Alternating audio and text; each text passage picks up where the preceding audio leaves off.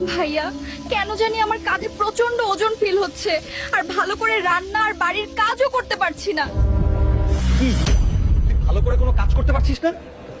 তোকে এই ফ্ল্যাট কেনার আগে বারবার বলেছিলাম ফ্ল্যাটে কোনো একটা সমস্যা আছে, দেখলি তো?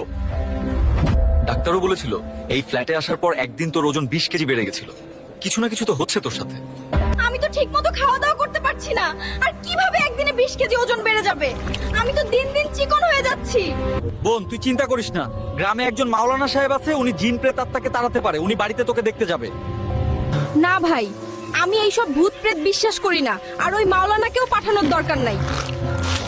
শোন বোন, ভূত প্রেত আমিও বিশ্বাস করি না, কিন্তু তোর সাথে একদিনে তোর ওজন 20 কেজি বেড়ে যাওয়া, আর ডাক্তারও তোর কোনো রোগ খুঁজে পেল না।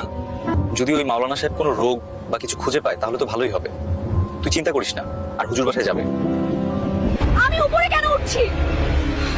কি হচ্ছে? সজীব ভাই, আমি তোমার দেওয়া ঠিকানায় আসছি, আর গেট থেকেই বুঝতে পারছি তোমার বাড়িতে কোনো শয়তান অশরীরী আত্মা আছে।